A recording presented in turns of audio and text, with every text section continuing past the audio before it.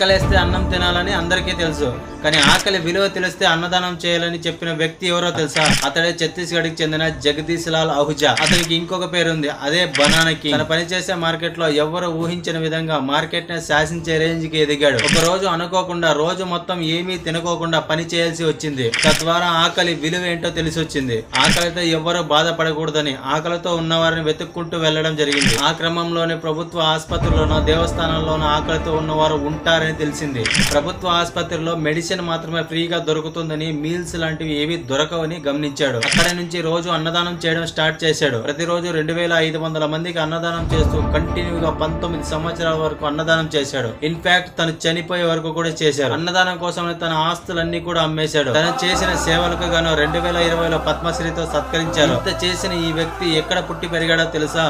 పెషావర్ లో. అది ఇప్పుడు ఎక్కడుందో తెలుసా? ఇప్పుడు ఉన్నటువంటి పాకిస్తాన్ లో.